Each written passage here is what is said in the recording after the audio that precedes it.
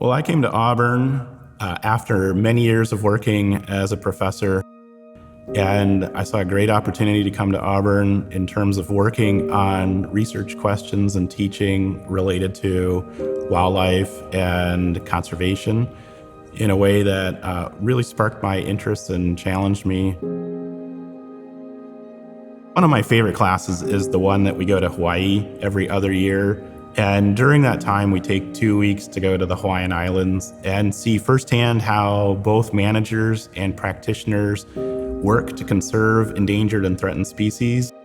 When a student sees a species that's rare, especially that's threatened or endangered, they've often come away with just almost complete awe. They are left with having read or maybe seen something on TV, heard about something in the news, but they get an opportunity to see something maybe in their hand. If it's something like a plant, they get to actually touch, they get to be near it.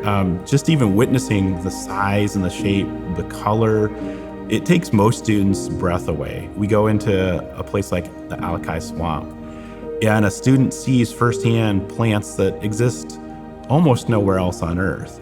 And you know, for reference, this is where they filmed Jurassic Park, and you're seeing a place that looks primordial. And to the students, it really brings home that we have things that are unique and we have things that are worth conserving.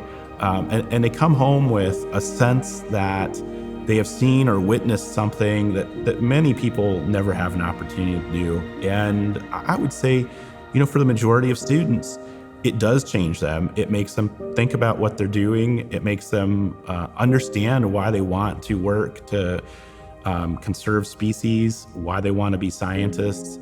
And, you know, it's really rewarding when you see that student just light up, and it goes beyond anything you can teach them in a classroom, but they are witnessing why they've done this for so many years. It brings home a message that honestly reading about or seeing a movie just cannot compare to.